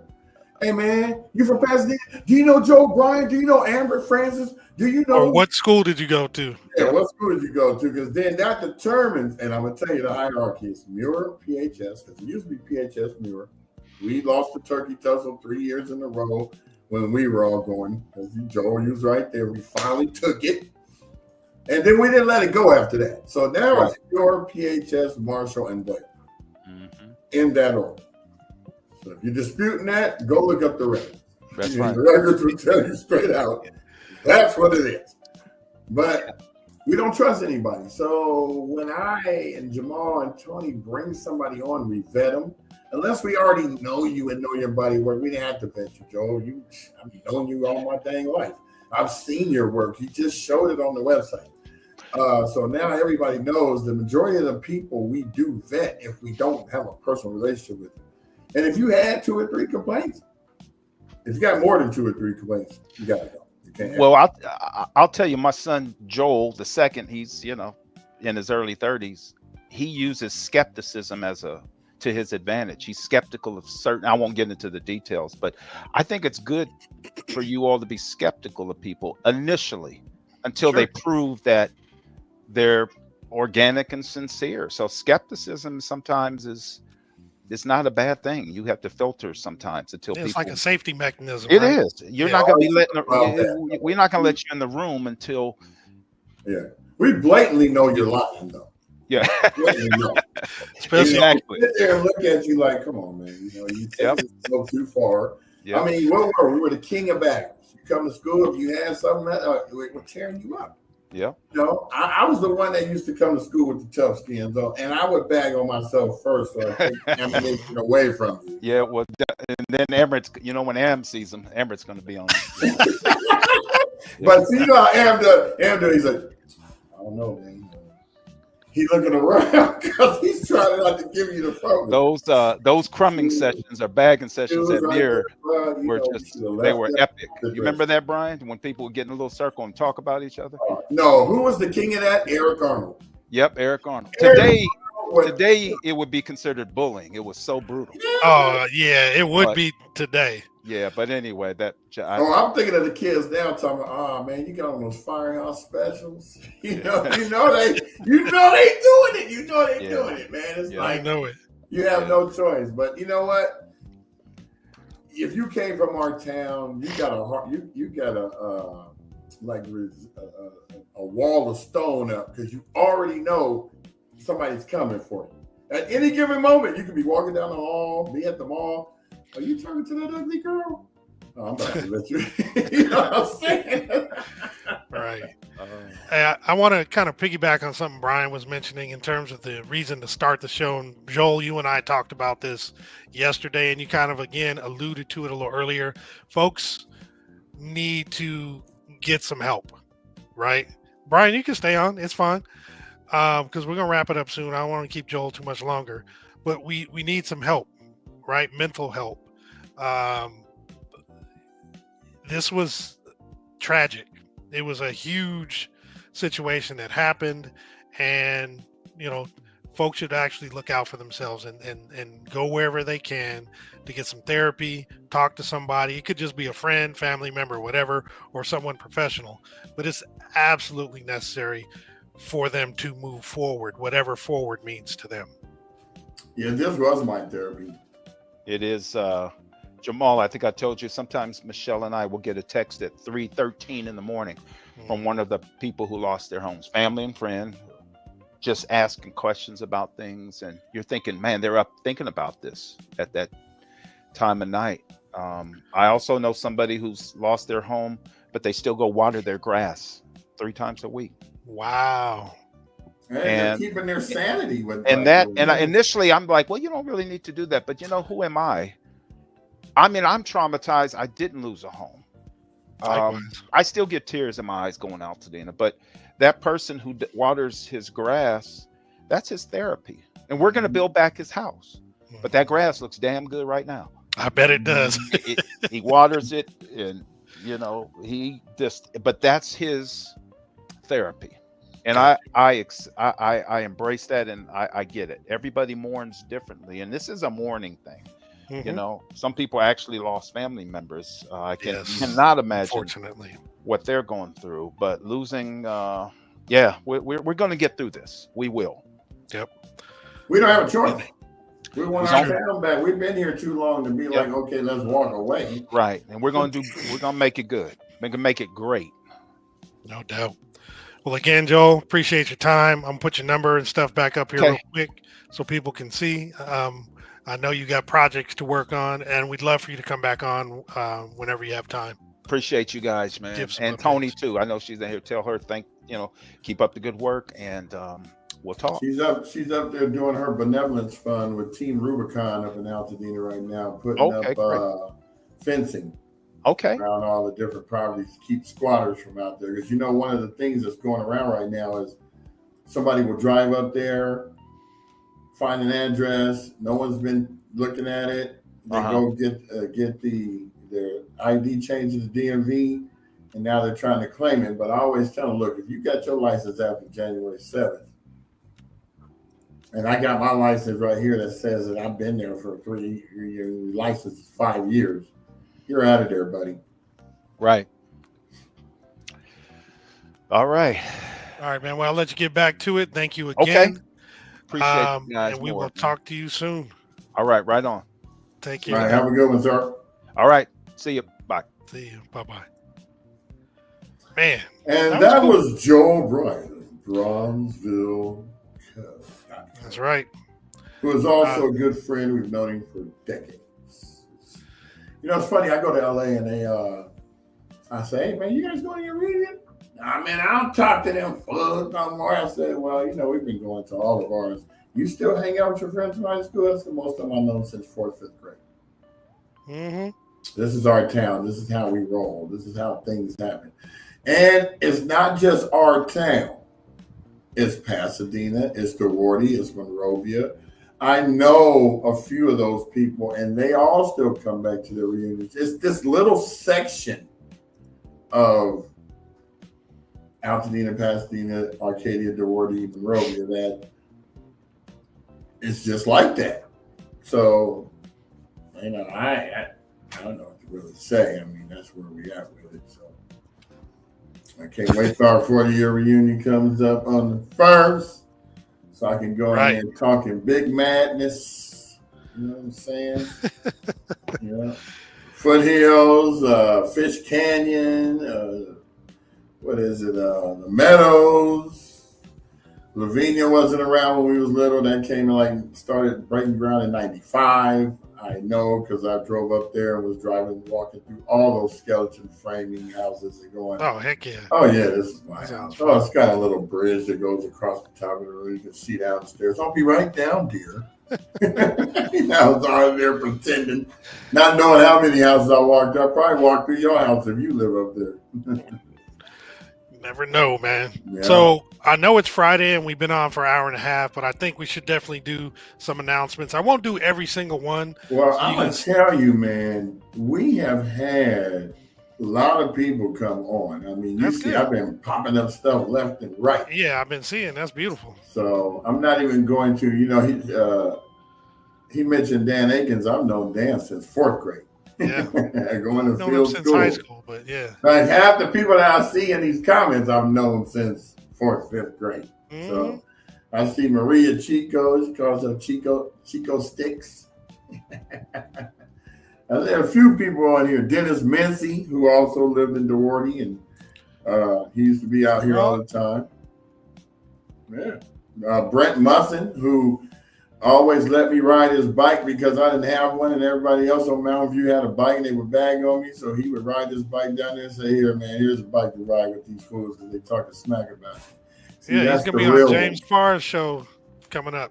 We're going to have him on next week if Tony doesn't have anybody scheduled. I was talking to him on Messenger right now. Good. Brent, just so you know, I encourage Brian to reach out because I saw you well before the fires. It was a couple years ago at I think it was IHOP. I don't even think we interacted, but I was looking. I was like, damn, I know him, and da da da da. And then I saw you, and I saw something with Ravon Walker, and I was like, man, we gotta have Brent on. Brian was like, oh, I know him well, da da da. He graduated and all that stuff. I was like, man, please reach out to him, see what we Well, can do. we've been having the conversations already, so he's available next week. I'm just going to find out which Tuesday or Thursday is available, and I'm going to get back to him today about it. And because Brent is like a Joel, this man has been serving in a capacity for Pasadena and Altadena like a lot of people haven't known. He's been on the town council, he's been on the city council. He's been an advocate for all types of causes and stuff in Pasadena. If you don't know this man, you know his face because he looks like Solomon from the Bible. He's got a good beard and just real intelligent. So, and he looks the part. So we will be back with more. So I'm gonna let you go ahead and do the announcements. If you can hear me, you went mute. You're muted. I'm going to try to do this quickly because I know we've been on for a while, but also there are a few things happening this weekend, so I want to make sure that folks are aware. So right, especially that one on Sunday for. Yeah, I got it. Yeah, I got it.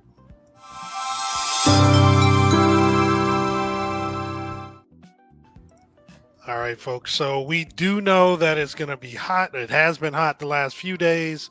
It's going to continue to be really, really hot through Saturday night. It's going to start cooling off on Sunday.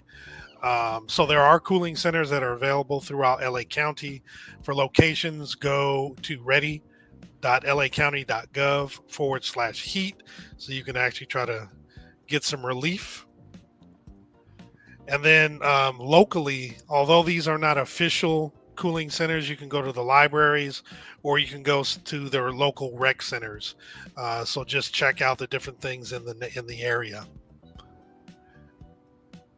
All right, I'll leave that up there for a second. Then, as usual, we have the Altadena Community Center serving as a survivor support location. It's located at 730 East Altadena Drive in Altadena. They're open Monday through Friday from 9 a.m. to 5 p.m. Definitely check them out if you're in the initial stages of reacting to these fires. And then if you're at the point where you're starting the rebuild, we have the LA County One-Stop Permit Center.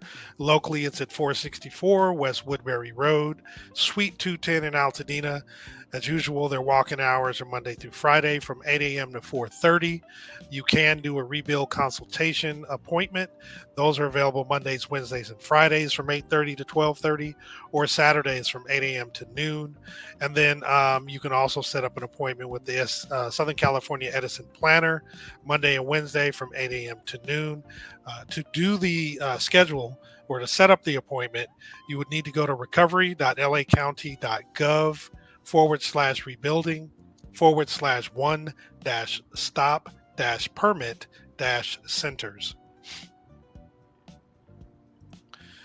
Then again, the county's waiving or refunding fees for permits, basically for those who are rebuilding after the Eaton and Palisades fires. So basically, if you're a homeowner who's already paid your fees, you can have them refunded. If you've yet to pay your fees, you can have them waived, and you just have to demonstrate that you both owned and lived in your property prior to the 7th of January. When it comes to the refund, it's only for those who are replacing your single-family home, which does include accessory structures like a ADU, a pool, or garages, or something like that. In addition, it does include ADUs that you're using for temporary occupancy during the rebuild. What's not eligible is commercial properties, rentals, multifamily, or temporary housing projects, or those properties not damaged by the fire. Now, if you do qualify or have an eligible project, you do have to get fill out a form in order to get the waiver or refund. You can scan the QR code, or you can actually go to recovery.lacounty.gov/fee waivers and refunds in order to get to the form. You can fill it out online, and if you do so, you can save it and you can submit it via email at recovery@planning.lacounty.gov, or you can print out the completed form and walk it in person to the permit center. And the beauty is you only need one form for all departments. The next one is the Cal Assist Mortgage Fund. This is to give you mortgage relief for up to 3 months, up to a maximum dollar amount of $20,000. The funds never have to be repaid. It's free to apply, and the payments, should you get the grant will go directly to your mortgage servicer. To be eligible, you have to have had a primary residence that was destroyed or considered uninhabitable during the fire in January, or any other qualified disaster from the 1st of January 2023 through the 8th of January of 2025. You must also have owned and occupied the home and be up to 4 units on the property, as well as meet program income limits of a combined amount of $140,700. If you do apply, please be prepared to provide mortgage statements, bank statements, utility bills, homeowners insurance, and FEMA claims, as well as proof of income. To actually apply, go to calassistmortgagefund.org. There is a link at the top where you click apply. If you have any questions and need help, you can call to get help at 800-501-0019, Monday through Friday from 8 a.m. to 5 p.m. However, if you want some help in person, you can actually go to the Altadena Community Center at 730 East Altadena Drive, or if you're in LA, you can go to the One Stop Rebuild Center at 1828 Sawtell Boulevard in LA to get in-person help Monday through Friday, 9 a.m. to 5 p.m., and that's provided by the folks at Neighborhood Housing Services. Now, I did skip a slide. I forgot to move it from in between these two. Oops, I went too forward. I keep going the wrong way. Sorry, guys. So one thing that I mentioned during the interview with Joel is when it's a way to kind of speed up the permit process. And we had our friend and local Altadenian, Eric Williams, aka E-Dub, talk about this as well. He used the Archistar eCheck AI pilot. This allows AI to kind of approve your plans or go through that process. That's one way to expedite your permits to be done faster. If you do a like-for-like rebuild, that helps out in the process, as well as if you use a pre-approved plan that's already done so by the county. So just kind of keep that in mind if you're trying to move things along a little faster. Also want to mention the LA Fire Justice has their ongoing events every Thursday morning from 10 to 11 at their offices at 221 East Walnut Street, Suite 100. There's a coffee chat for where individuals can come and discuss their current situation regarding the fire recovery. Also on Thursdays from 12 to 1 p.m. at Pinocchio's Pinocchio's Pizza, located at 1449 North Lake Avenue in Pasadena. This is where you can have business chats. So this is same kind of conversation, but with business owners. And then every first Monday of the month from 6 to 7 at their offices, again, 221 East Walnut Street, Suite 100, is Mental Health Monday. And then today's the last day for the Bob Lucas Memorial Library and Literacy Center to provide free backpacks courtesy of GitHub. They're located at 2659 Lincoln Avenue in Altadena, and they're open from 10 to 6 Monday through Friday. These backpacks are for children ages 6 to 12, and they're only available as long as supplies last. We didn't get any indication that they have run out, so if you need it, you can still check them out. That was yesterday. Sorry, I'll go through this. So today, the folks at Together We Thrive, they actually have their farmers markets 4 p.m. to 6:30 at 3541 Brandon Street in Pasadena. So definitely check them out. Brandon. Also tonight we have Dina Summer Nights provided by Harambe, and it's today from 8 a.m. to 11 p.m. They actually have games, food, vibes, and art and community, and they have DJ sounds by Mr. Energy. Harambe is located at 1609 Navarro Avenue in Pasadena. Also is a lecture series number 5. It's called the Altadena Architects, a Legacy and an Elegy. The speaker today is Tim Gregory. Again, it's today from 7 p.m. to 9 p.m. And it is at the Altadena Main Library located at 600 East Mariposa Street. The doors open at 7 p.m. and the lecture will be from 7:30 to 8:30. And to register, and I didn't mention this before, you just want to scan the QR code at the bottom. And as we mentioned also yesterday, the Chris Holden's 26th Annual Community Resource Fair and Block Party has been postponed due to the extreme heat warning. Thank goodness he's looking out for everybody. It will be rescheduled once we have the new date and flyer. We will definitely make that announcement. So, we look forward to getting that additional information. What's still going on, though, is the Miracle City Ministries and partners presenting the Altadena Rebuilding Conference. Bring your questions, pen, and a notepad. This is taking place tomorrow from 10 a.m. to 5 p.m. The location is 997 East Walnut Street in Pasadena. This is 2 blocks east of Lake Avenue. I don't know why I keep saying that.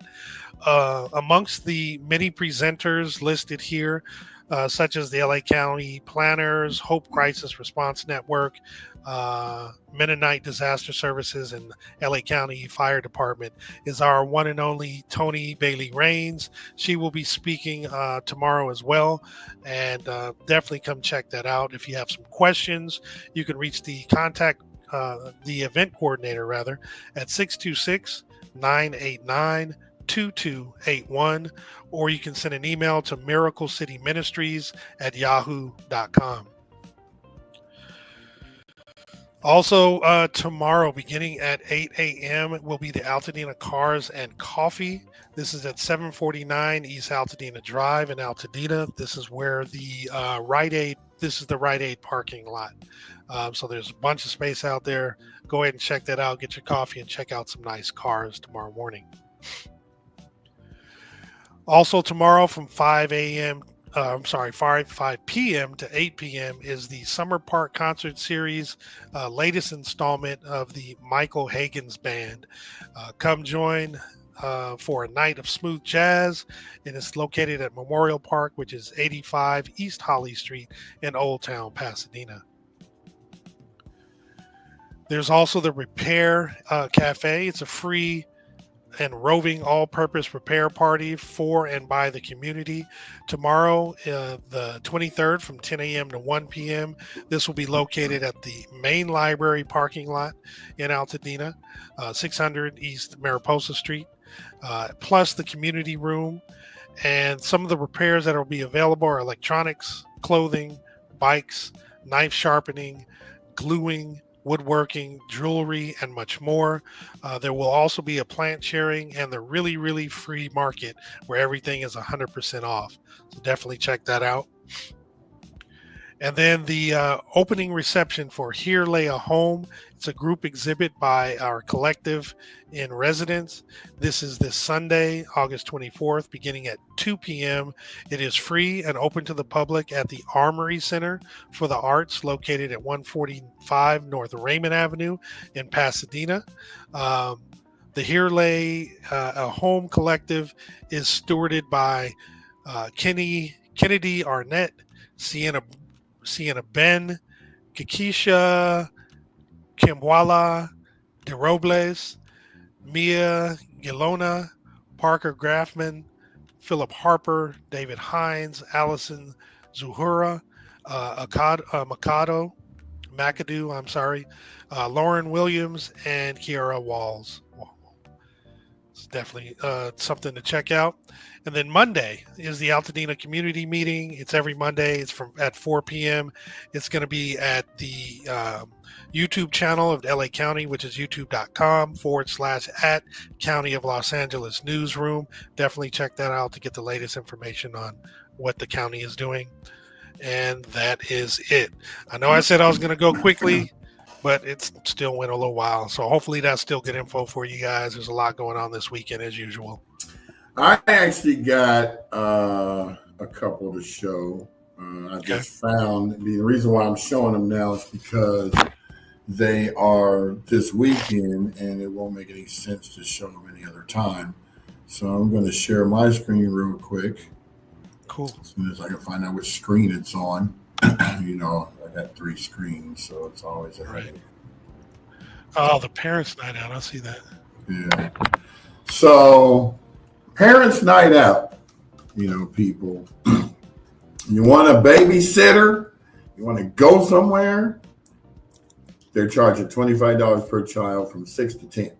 And it's sponsored by the laparks.org. You can go there to register or go to one of the centers right now. Who's participating is Penmar RC, St. Andrews RC, Vineyard RC, Baldwin Hills, Branford RC, and Ramona Hall. The reason why we mentioned this is because most people are going to go out in LA.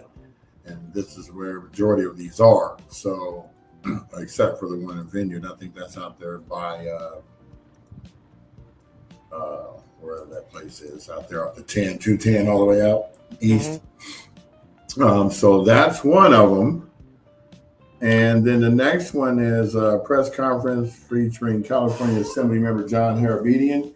That's going to be Monday from 7:45 to 8:45 a.m. The reason why I'm mentioning it today is because we won't be on until after that. So it wouldn't make any sense to show it. Or you got it? Yeah, I'm going to put the other one up as well. Okay, and then the last one is none other than King Solomon himself. I always call him that because it just looks like the fair Dr. Brent Musson. He's been everything. He is everything, and he's going to be on James Farr's show on Saturday morning at 10. So you can tune into that on KBLA 1580, or you can go to @JamesFarLive on, I believe, Instagram and Facebook.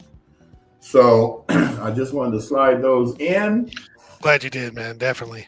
And get those bad boys going so that you'll know what's going on this weekend as well. Because sometimes these slide through the cracks, and we don't want our affiliates to be left out. So these are what we consider our affiliate people that we see out and about in our Altadena town fighting for the same causes. And so we don't want to miss that. You're going to see Dr. Brent Musson on James Farr's show, and then we'll either have him on Tuesday or Thursday. In fact, I could look at the call sheet right now and tell you that. You know who that is? Who? Yes, I know who that is. It's right there in her picture. That's your mom. Oh, that's mom's, yeah. With you in the background. I'm glad she watched, though. That's cool. I told her to watch today. I figured she watched with her fellow Hall of Famer. Hall of Fame inductee, yep. Yeah. That's right. Shout out, Mom. Glad you watched it. Thank you. Yeah, I will call you Mrs. Smith. Hey, you can call her Mom. A lot of other people call her Mom, too. She was my mom for the first semester of 10th grade every day, taking me to school. Yeah. So that was cool. So, yes, we've been on here almost 2 hours. This is a rarity that we even do this anymore, but we had such a fact-filled, exciting show today from none other than one of our own from the hometown. And we try to feature a lot of our hometown people. We don't get the chance, but, you know, this next few weeks might have nothing but hometowns. We take it as we get it. Yeah, Brent's coming next. James Farr, we've had him on a couple of times.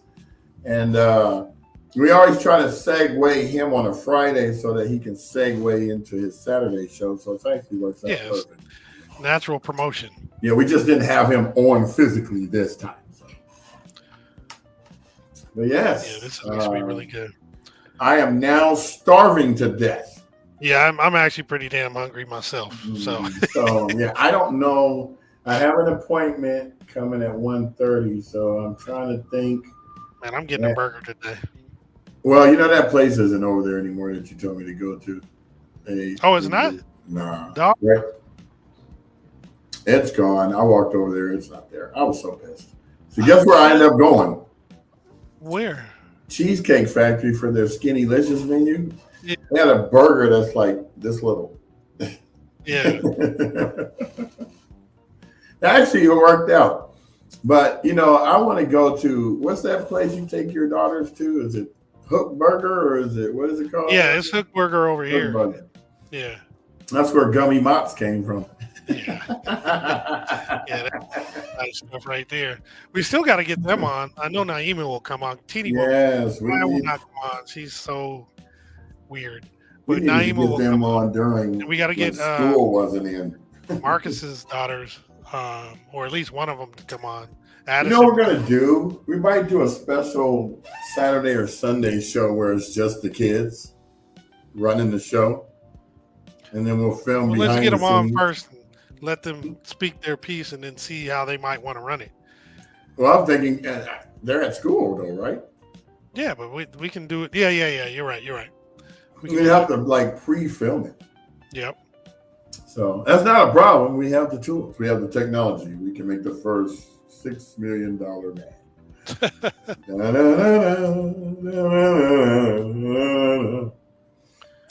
Okay. I've lost all my energy. Well, everybody who tuned in, thank you for your interaction. It was really, really good. Hopefully, again, the people that we bring on, hopefully there's good value. I try to, dig in, let Joel kind of express his entire process, where he came up, or how he arrived at where he is, and obviously speak to his connection to Altadena. We always love that. So hopefully it was good value. And again, tune in with us Monday. Hopefully you have a great weekend and all that beautiful stuff. And if you guys are around, I'll see you at the event tonight at Harambe. So Harambe. I'm going to be up Mr. there. Energy. And this is kind of only break I got is from 12 to 1:30. Then I got a meeting with the young guy who wants to learn about IT from 1:30 to about 2:30. Okay. Then I have dinner with my roommate from up in Altadena. Then I have to go to the Dina Collab at 6. And then the Harambe thing. So, yes, this public servant for you guys is out and about trying to get things done. And we'll be taking lots of photos and we'll be bringing it to you on the site. So don't forget, go to our website if you want to find out where we've been and what we've been doing. And we have pictures of all the events as I'm looking for the link. Yeah, I always struggle to find it. It's always at the top. So that's our website. Very compliant. We have everything on there. We're very transparent. I think we do more on our website than most nonprofits do because we expose it all. So we're trying to be the prototype, the prototype for what nonprofits should be showing. Just straight out. Hey, we just doing our part. If they want to copy us, so be it. That's a good thing. I don't even care if they copy. Just, when people ask, well, where's this, where's that, where's this, be able to provide it. Even if you don't put it on your website, be prepared to send somebody a package of emails that have the information that they're looking for. Correct. So, because, the reason why people give is because they want to see what you're doing with it. All the events in the world aren't going to satisfy what your governance is, what your compliance is, what your policies are, because people that want to volunteer want to feel safe. Right. You don't want to come into an environment where you don't have a policy for sexual harassment. You don't have a policy for how volunteers interact with staff and stuff like that. You need insurance. In case something like that does happen, you don't lose your home or your lot or whatever it is you got. Yep. We try to have all our ducks in a row. Yep, and we got them. Bang, bang, bang. All right, so I'm gonna figure out what to eat. Everybody, have a great day. TGIF. Hope you have a great rest of your weekend. You gonna peace out? You gonna do it? Peace out. We out here.